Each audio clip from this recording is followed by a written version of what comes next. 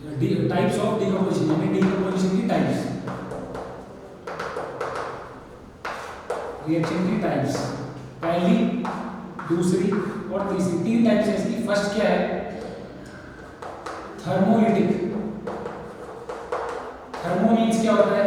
Heat, यानी अपन कोई चीज को हीट करके उसको ब्रेक डाउन कर रहे हैं, ठीक है। यानी कि इसके अंदर जैसे कि आप ले सकते हो CaCO3, हम हीट ही कर रहे हैं, CaCO3 को मैंने किया heat, it will break into CaO and CO2, तो ये इसकी बेसिक टाइप होगी, ठीक है। उसके बाद आती है फोटोलिटिक। फोटोलिटिक यानी कि फोटो मीन्स आप क्या समझते हो? Sunlight. Photo is sunlight in science, यानी कि सनलाइट की हेल्प से आप एक प्रोडक्ट को दो पार्ट्स में ब्रेक डाउन कर रहे हो। जैसे कि मैंने लिखा 2AgCl और मैंने यहाँ पे रिएक्टेंट में कैटलिस्ट में मैंने यहाँ पे लिखा है सनलाइट, तो sunlight will break into 2Ag and Cl2। Cl2 क्या है? गैस। Cl2 क्या है? गैस। अब आप क्लियरली देख लो कि it is a type of decomposition reaction, but it is photolytic decomposition reaction, ठीक है। अब इसके बाद थर्ड टाइप जो आती है वो आती है इलेक्ट्रोलिटिक डिकम्पोजिशन, यानी इलेक्ट्रोलिटिक। अब यहाँ पे क्लियरली देख लो, नाम से दिख रहा है आपको, electrolyte means electricity, we are breaking with the help of electricity. यानी कि जैसे आपने कोई प्रोडक्ट ले लिया, जैसे कि नमक है, जैसे इलेक्ट्रोलिसिस करते हैं तो वो क्या होता है? NaCl की मैंने इलेक्ट्रोलिसिस कर दी। इलेक्ट्रोलिसिस यानी मैंने इलेक्ट्रोलाइट लिया और उसके अंदर से करंट पास कर दिया, तो इलेक्ट्रोलिसिस इसके अंदर स्टार्ट हो जाएगा अपना, तो it will break into Na+ and Cl-, ठीक है। It is a type of decomposition reaction, but mainly it is an electrolytic decomposition reaction, ठीक है। तो सेकंड टाइप हमने जो डिकम्पोजिशन की थी वो हमने क्लियर कर ली। I hope it is clear. The three types of decomposition reaction are thermolytic, photolytic and electrolytic. Next topic आता है अपना, तो थर्ड टाइप की रिएक्शन जो होती है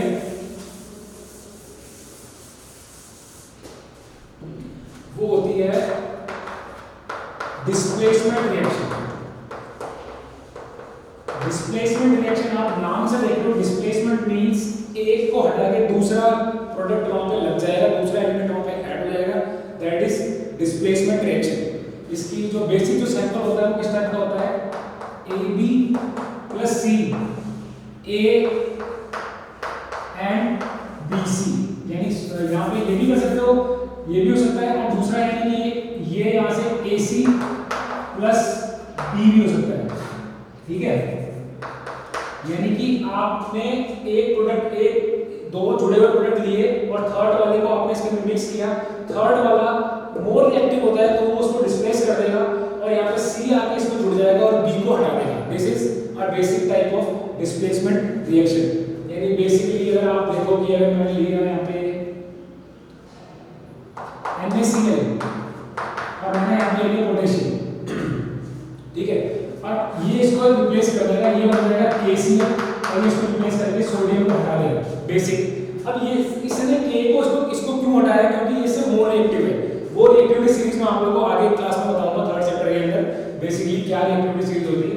बट बेसिकली अभी आप ये चीज समझो, दूर से देख के आपको पता लग जाना चाहिए कि डिस्प्लेसमेंट रिएक्शन है या फिर डिकम्पोजिशन रिएक्शन है या फिर कॉम्बिनेशन रिएक्शन है, ठीक है। बेसिक से आपको मैंने एक एग्जांपल देके समझाया, सैंपल से आपको समझ में आ जाएगा कि डिस्प्लेसमेंट रिएक्शन कौन सी होती है।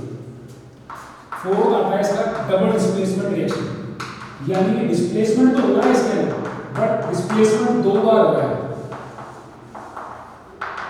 यानी डिस्प्लेसमेंट तो हो रहा है बट इसके अंदर डिस्प्लेसमेंट दो बार हो रहा है। जैसे कि मैंने लिखा है यहाँ पे BaCl2 + H2SO4, ठीक है। पहले इसका सैंपल टाइप बता दें, यानी इसका सैंपल टाइप क्या होगा? AB + CD, ये गिव्स AC + BD। अब आप यहाँ पे देख लो क्लियरली, यहाँ से B हटा, ठीक है, और यहाँ से C हटा, तो ये तो ये क्या बन गया? BD, सॉरी A हटा, तो ये तो बन गया BD और लास्ट में लेफ्ट साइड में क्या बन गया? AC। यानी दोनों को दो बार डिस्प्लेसमेंट होगी, उसको हम बोलते हैं डबल डिस्प्लेसमेंट। यानी दोनों के एलिमेंट्स ब्रेक डाउन करेंगे और एक दूसरे जो हाईली रिएक्टिव एलिमेंट है उसके साथ जाके जुड़ जाएंगे। ये इसका एग्जांपल है BaCl2 gallium chloride + H2SO4 sulphuric acid, ठीक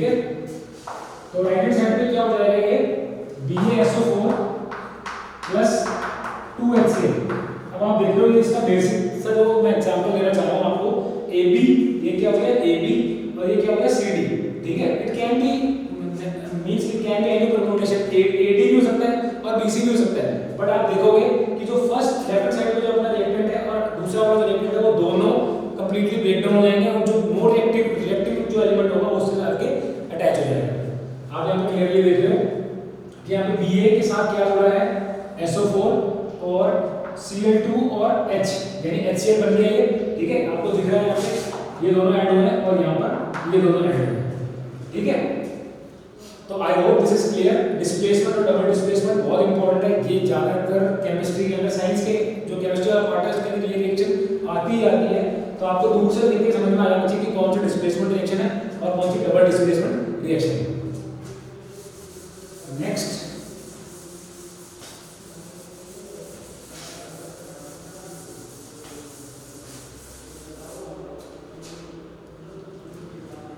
जो है वो है इंपॉर्टेंट सबसे ज्यादा, ठीक है, वो आती है रिडॉक्स रिएक्शन।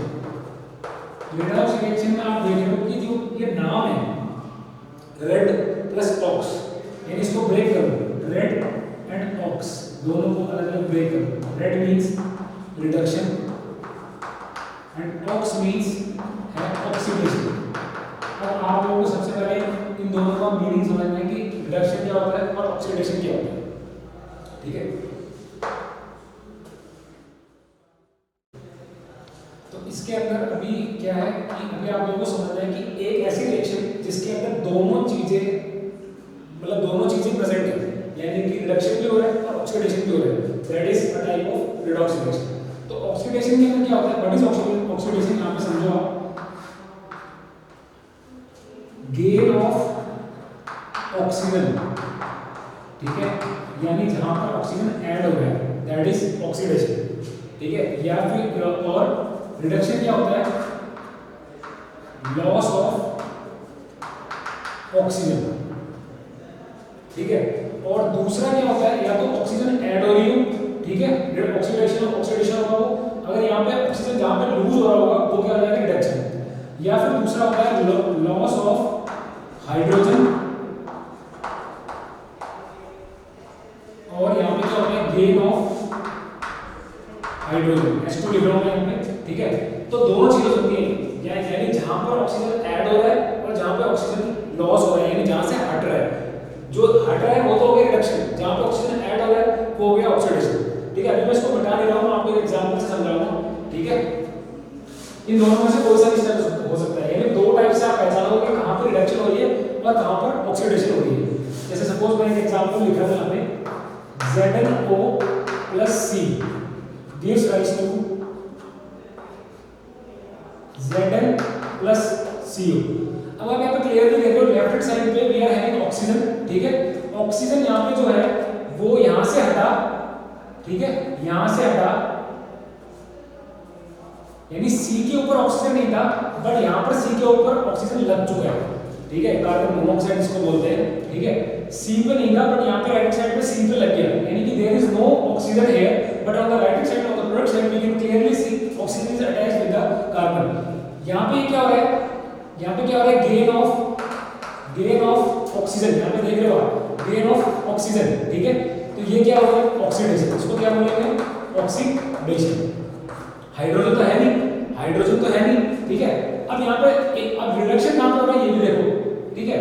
यहाँ पर पहले लगा हुआ था O, Zn के साथ O लगा हुआ था, ठीक है। अब मैं जब Zn को राइट साइड पे देख रहा हूँ यहाँ पर, तो Zn को राइट साइड पे मैं देख रहा हूँ यहाँ पे O लगा हुआ था, राइट साइड पे देयर इज नो ऑक्सीजन। तो यहाँ पे क्लियरली दिख रहा है कि यहाँ ऑक्सीजन पहले था, अब यहाँ पर नहीं है, यानी यहाँ से ऑक्सीजन हट चुका है, यानी यहाँ पे क्या हो रहा है, लॉस ऑफ ऑक्सीजन, ठीक है। O2 मैं रिप्रेजेंट कर रहा हूँ, ऑक्सीजन के लिए O2 लिख रहा हूँ। I hope this will be clear to you all, ठीक है।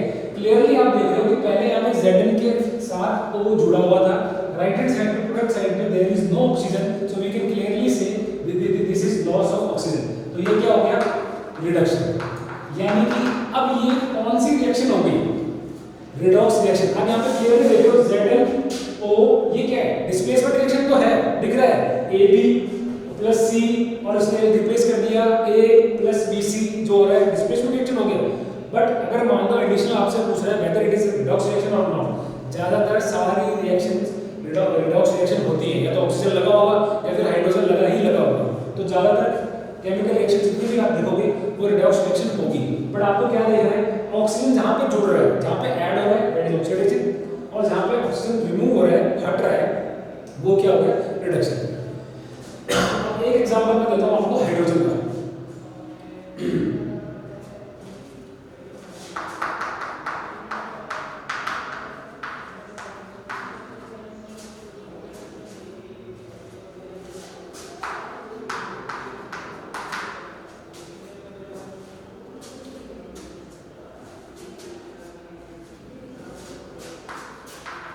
ये मैंने टिपिकल सी इक्वेशन लिखी है ताकि आप लोगों को थोड़ा क्लियरली अंडरस्टूड हो जाए, ठीक है। ये मैंने थोड़ी टिपिकल सी इक्वेशन लिखी है ताकि आपको मैं इसमें दिखा सकूं कि रेडॉक्स रिएक्शन में कहां पे रिडक्शन होता है, कहां पे ऑक्सीडेशन होता है। अब यहां पे देखो लेफ्ट हैंड साइड पे Mn के साथ क्या जुड़ा हुआ है oxygen, but when we see on the right hand side, जब मैंने राइट हैंड साइड पे देखा यहां पर Mn के पास ऑक्सीजन नहीं है, यानी पहले था और अब नहीं है, तो ये क्या हो गया, ये क्या हो गया reduction, that is loss of oxygen is what reduction, तो ये रिडक्शन हो गया, ठीक है। और अब ये O, अब यहाँ पे आप देख लो H के ऊपर यहाँ पे ऑक्सीजन नहीं जुड़ा हुआ, बट यहाँ पे राइट हैंड साइड पे अगर आप देखोगे तो यहाँ पे ऑक्सीजन है, तो ये क्या हो गया मेरा ऑक्सीडेशन। क्यों? क्योंकि ये क्या है गेन ऑफ ऑक्सीजन,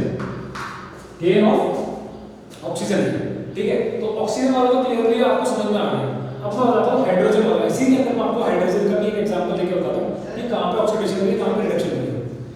अब आप यहाँ पे देख रहे हो, यहाँ पे क्या है, ये क्लोरीन ऐड है हाइड्रोजन के साथ।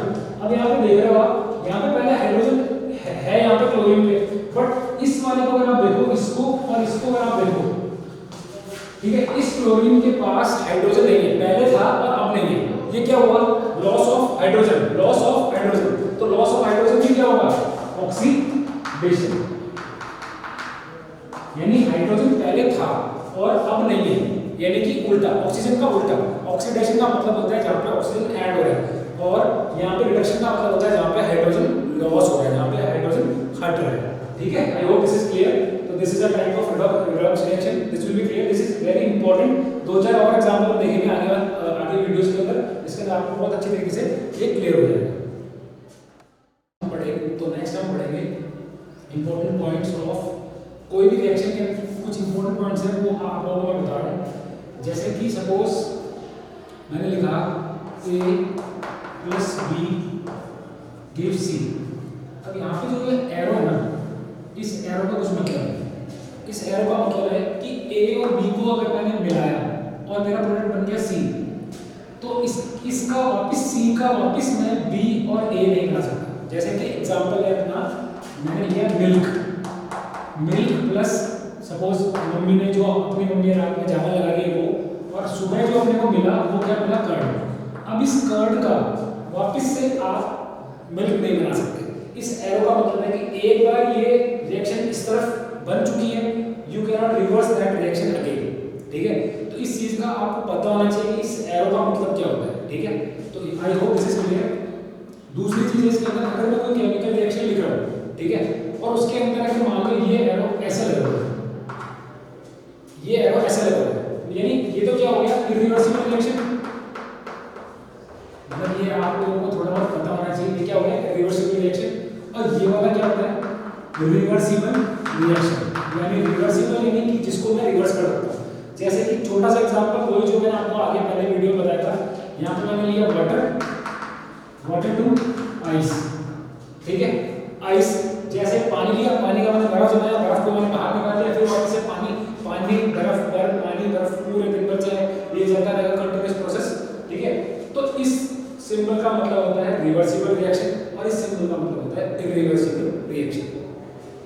थर्ड पॉइंट मैं बताता हूँ, अगर आप कोई रिएक्शन देख रहे हो, मैंने कुछ मान लो कोई रिएक्शन लिखी मैंने, और उसके अंदर अगर आपको ये एरो दिख रहा है, ठीक है, और एक ये एरो दिख रहा है, इस एरो का मतलब तो आपको क्लियर होगा, यानी कि ये होता है गैस का symbol. This is a representation for gas. Gas आपको पता है नीचे से ऊपर जाएगी, तो you will see a arrow in the upward direction, ठीक है। तो कहीं भी किसी भी केमिकल रिएक्शन के अंदर आपको ये एरो ऊपर की तरफ दिख रहा है, तो इसका मतलब वो क्या हो गया गैस का रिप्रेजेंट कर रहा है, यानी गैस का रिप्रेजेंटेशन है। बट अगर कहीं आपको ये एरो दिख रहा है जो कि नीचे की तरफ जा रहा है, इसका मतलब क्या होता है, ये होता है केमिस्ट्री के अंदर, इसको हम बोलते हैं प्रेसिपिटेट। प्रेसिपिटेट यानी कि छोटा सा एग्जाम्पल आपको बता रहा हूँ मैं, जैसे कि अपन गाँव में रहते हैं, अपने ना सबके ना अंडरग्राउंड घड़ोई होती है, ठीक है, उसके अंदर पानी है। उस पानी के अंदर अगर आपने मान लो थोड़ी सी गाढ़ी रेत ली और उसके अंदर डाल दी, ठीक है, अब आप क्या करोगे, पूरी रात भर उस पानी को स्टिल छोड़ दो, यानी उसके अंदर कोई भी मूवमेंट नहीं होगी, तो जो रेत है ओवरनाइट क्या होगी, वो नीचे जाके सेटल हो जाएगी, बिल्कुल भी नहीं हिलेगी, ठीक है, बिल्कुल भी नहीं हिलेगी। अगले दिन आप देखोगे कि जो आपका पानी है उसके अंदर जो रेत है, जो सैंड पार्टिकल्स है, वो पूरा नीचे सेटल हो चुका है। अब उस पानी का यानी जो ऊपर वाला जो पानी है वो तो क्लियर है, that is free from sand particles, but जो नीचे अगर आप देखोगे तो वहां पे आपको क्लियरली दिखेगी मड, यानी कि जो भी अपना सैंड पार्टिकल्स इकट्ठे हुए हैं वो, यानी कि इस एरो का मतलब क्या है, उस पानी के अंदर क्या होती है सैंड, चाहे आप 10 दिन तक रखो, चाहे 20 दिन तक रखो, चाहे n number of times, n number of days तक रखो, पानी के अंदर रेत के पार्टिकल्स कभी भी मिक्स नहीं होंगे, कभी भी, वो नीचे रहेंगे but they will not mix in water at all. यानी पानी के अंदर चॉक पाउडर, अगर मैं पानी के अंदर chalk powder n number of days तक रखूंगा तो लास्ट में मैं देखूंगा कि चॉक पाउडर नीचे सेटल है, पर कभी भी वो पानी के अंदर मिक्स नहीं होगा। इसको हम क्या बोलते हैं प्रेसिपिटेट, यानी ऐसी कोई चीज जो उसके अंदर मिक्स नहीं हो रही है, ठीक है, तो हम उसके लिए ये सिंबल का यूज करते हैं और उसको उस रिएक्शन को भी बोलते हैं प्रेसिपिटेशन रिएक्शन, यानी कि जिसके अंदर कोई चीज मिक्स ना हो। आई होप दिस इज क्लियर। मैंने आप लोगों को बहुत इजी सा सिंपल सा एग्जांपल भी दिया है जो अपने डेली लाइफ के अंदर होता भी है, ठीक है, तो I hope this symbol is clear, this is clear, this is also clear and this is clear. तो these are some important points for chemical reaction. Next अपना आता है करोजन। करोजन से पहले आपने पढ़ा होगा रस्टिंग। रस्टिंग ऐसा है, देखो आपने देखा होगा बरसात के मौसम में, जैसे कोई लोहा है, अपना गेट है, कोई लोहे का गेट है, या फिर अपना कोई मोटरसाइकिल है, या फिर कोई मतलब कोई भी ऐसी लोहे की चीज जो ओपन एनवायरनमेंट में पड़ी हुई है, एक्सपोज्ड है, बरसात का मौसम हुआ, मॉइस्चर आया, बरसात की बूंद उस पर गिरी, अगर आप उसको 2-3 दिन बाद में देखोगे तो जो पहले से जो आयरन था और जो बाद में जो आयरन है उसके कलर में डिफरेंस मिलेगा। स्टार्टिंग में आपको शाइनी दिख रहा है आयरन, यानी कि बिल्कुल शाइनी है, बट 3-4 दिन 5-10 दिन बाद में आप देखोगे कि उसके ऊपर जंग लग चुका है, उसके ऊपर जंग लग चुका है। जंग लगने का हमें कैसे पता लगेगा, जब उसका कलर चेंज हो जाएगा, यानी उसके कलर को अगर आप देखोगे तो रेडिश ब्राउन कलर हो जाएगा, उसका रेडिश ब्राउन कलर हो जाएगा, रेडिश ब्राउन कलर हो चुका है। अब रेडिश ब्राउन कलर जो हुआ है वो हमें क्लियरली इंडिकेट कर रहा है कि भाई अपना जो ये लोहे का मेटल है उसके ऊपर जंग लग चुका है, रस्टिंग हो चुकी है। बट रस्टिंग भी एक इस हद तक हो चुकी है कि अब वो लोहा रस्टिंग हो के वो टूट चुका है, बिल्कुल गल चुका है, यानी कि वो उस चीज को हम बोलते हैं करोजन। यानी करोजन का मतलब होता है नष्ट करना, यानी कि जो अपना लोहा है उसमें इस हद तक जंग लग चुका कि अब वो टूट चुका है, चाहे अब आप कितना भी उसमें पेंट करो, कितना भी उसमें ऑयल लगाओ, कितना भी ग्रीस लगाओ, बट वो अब वापस से वैसा नहीं होगा। तो corrosion is a process in which iron is completely corroded, means completely exhausted, we cannot use it again, ठीक है, तो वो क्या होता है corrosion means corrosion से पहले रस्टिंग। तो रस्टिंग में ज्यादातर इसके अंदर एक क्वेश्चन आता है प्रिवेंशन ऑफ रस्टिंग, यानी कि रस्टिंग से हम कैसे बचा सकते हैं, ठीक है। बेसिक है, आप पेंट कर दो लोहे को तो वहां पे रस्टिंग नहीं होगी, ठीक है, ऑयल लगाओ, ऑयल एंड ग्रीसिंग दोनों एक ही पॉइंट है, एक ही बात है, ठीक है। उसके बाद आप इलेक्ट्रोप्लेटिंग कर सकते हो उसके अंदर, यानी कि उसके ऊपर कोई ऐसे मेटल की चीज चढ़ा दो जो उससे रिएक्ट ना करे, यानी आयरन कंप्लीटली रिएक्ट कर जाएगा बरसात वाले पानी से, बट अगर आप उसके ऊपर जिंक की कोटिंग कर दोगे, ठीक है, तो उसके ऊपर जिंक क्या होगा, उससे बिल्कुल भी रिएक्ट नहीं करेगा और बिल्कुल भी उसके ऊपर रस्टिंग नहीं होगी, ठीक है। इसको हम बोलते हैं गैल्वेनाइजेशन, ठीक है, coating of zinc over iron is called as galvanization. यानी और उसके बाद अगर कोई और अगर आप एलिमेंट उसके ऊपर अगर चढ़ा रहे हो तो उस प्रोसेस को क्या बोलते हैं इलेक्ट्रोप्लेटिंग, यानी with the help of electricity we are coating iron so that अपना जो आयरन है उसके ऊपर रस्टिंग बिल्कुल भी ना हो, बिल्कुल भी वो करोजन वाला प्रोसेस बिल्कुल भी स्टार्ट ना हो। अपन लोगों ने बेसिकली देखा होगा जो अपने गेट होते हैं, मेन गेट, उसके ऊपर हम पेंट करते रहते हैं ऊपर से लेकर नीचे तक। क्यों हम पेंट करते हैं? ताकि बारिश की बूंद आए और पेंट पे थोड़ा स्लिपरी हो जाएगा, स्लिपरी होगा तो बारिश की बूंद अपने आप वहाँ से नीचे से गिर जाएगी, वो गिर जाएगी तो पानी उस पर लटकेगा नहीं, यानी उस पर अटका हुआ नहीं रहेगा। जब तक वो पानी अटका हुआ रहेगा तो वो उसको बिल्कुल यानी कि नष्ट कर देगा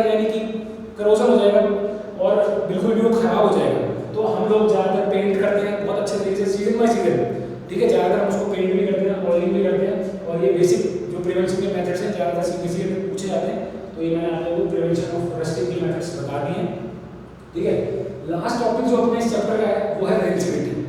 रेंसिविटी एक इम्पोर्टेंट टॉपिक है, डे टू डे लाइफ के अंदर अपना होता है, पर हम मतलब बहुत अच्छे तरीके से वाकिफ इस चीज़ से।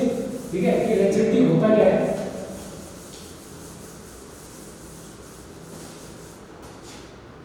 रेंसिविटी होता है जैसे कि आपने देखा कि कोई भी ऑयली प्रोडक्ट है, जैसे कि मान लो आपने लिया अचार है, अचार के अंदर आप देख रहे हो कि हम उसके अंदर ऑयल डाल रहे हैं, कोई सब्जी है। ठीक है, अगर हम उसको 3 दिन तक ओपन एयर में रख देंगे, 3 दिन छोड़ो, अगर आपने 2 दिन भी रखा, 1 दिन भी रखा, सुबह से लेकर शाम तक अगर आपने उसको ढका नहीं या उसको बिल्कुल क्लोज कंटेनर में नहीं रखा, तो क्या होगा, वो खाना सड़ जाएगा। तो रेंसिविटी का मतलब इंग्लिश में यही होता है कि किसी चीज़ का, किसी जो अपना ऑयली फैटी प्रोडक्ट जो है, अपना जो ऑयली कंटेन प्रोडक्ट है, वो हमने एक्सपोज कर दिया ऑक्सीजन के अंदर, और वो उसका ऑर्डर और स्मेल चेंज हो गई। यानी कि होता क्या है इसके अंदर, जब भी खाना सड़ता है तो होता क्या है, क्या क्या चीज़ होती है, चेंज इन उसका जो टेस्ट होगा वो चेंज हो जाएगा, यानी उसका टेस्ट चेंज हो जाएगा। और दूसरा क्या होता है, चेंज इन स्मेल। आप दूर से जैसे आप उसका स्मेल लोगे तो आपको पता लगेगा कि अब now it is not good enough to eat. Easily आप बता सकते हो कि इसकी स्मेल चेंज हो चुकी है, it has become a rancid product. ठीक है, हम उसको खा नहीं सकते।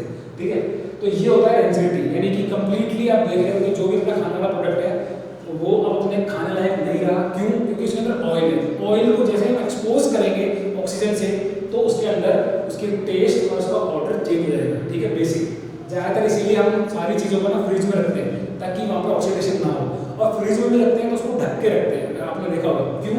क्योंकि जैसे उसका ऑक्सीजन मिक्स होगी तो ऑक्सीजन उसकी रिएक्शन करना स्टार्ट कर देगी, और जैसे ही रिएक्शन करना स्टार्ट करेगी तो वो अपना खाना, यानी उसका स्मेल और जो अपना टेस्ट है वो खराब हो जाएगा, अपने खाने लायक नहीं रहेगा। तो इसके लिए हमें क्या करना चाहिए, यानी कि रेंसिडिटी ना हो, तो इसके लिए हमें क्या करना चाहिए, यानी प्रिवेंशन ऑफ, ये बहुत इंपॉर्टेंट टॉपिक है, ये आता है ज़्यादातर क्वेश्चन पूछ लिया जाता है कि कैसे मैं रेंसिडिटी को हम दूर कर सकते हैं। तो बेसिकली हम देखते हैं ज़्यादातर हम अपनी चीज़ों को फ्रीजर में रखते हैं। ठीक है, कीपिंग थिंग्स इन, यानी कि आप फ्रिज में रख रहे हो तो उससे क्या होता है, आप उसको कम टेम्परेचर पर रख रहे हो, यानी कि ठंडे टेम्परेचर पर रख रहे हो। ठंडे के अंदर हम देखते हैं कि अपनी चीज़ें जल्दी खराब नहीं होती है, यानी एक पर्टिकुलर टाइम तक वैसी की वैसी रहती है। ठीक है, रेफ्रिजरेटर। और क्या करना है देखो, कोई भी ऐसी चीज में रखें जहाँ पे ऑक्सीजन ना लगे, यानी कोई हम डब्बे में रख रहे हैं तो वहाँ पे बिल्कुल भी हवा ना जा सके, एयर टाइट कंटेनर। ठीक है, एयर टाइट कंटेनर। ठीक है, और अगर आपने जैसे देखा होगा चिप्स वगैरह, नमकीन वगैरह हम प्रोडक्ट लेके आते हैं बेकरी वाली दुकान से, तो वो जो पैकेट होता है उसके अंदर हम देखते हैं हवा भरी हुई होती है। तो वो हवा भरी हुई होती है, वो इसीलिए भरी हुई होती है कि वो मतलब उसमें ऑक्सीजन एक तो बिल्कुल पैक्ड होता है, ऑक्सीजन रिएक्ट ना करे, और वो जो चीज़ है वो इतनी खराब ना हो, यानी कि उसके अंदर नाइट्रोजन गैस भरी होती है ताकि रेंसिड ना हो। जो भी प्रोडक्ट है, नमकीन है, जो भी है आप देख रहे हो सारे वो फूले हुए आते हैं, उसके अंदर क्या होती है, nitrogen gas is added in the product. ठीक है, तो क्लियरली आप देख सकते हो कि उसके अंदर जानबूझ के, क्योंकि एन नंबर ऑफ टाइम्स हो सकता है कि वो 6 महीने में बिके, हो सकता है 4 महीने में बिके, 3 महीने में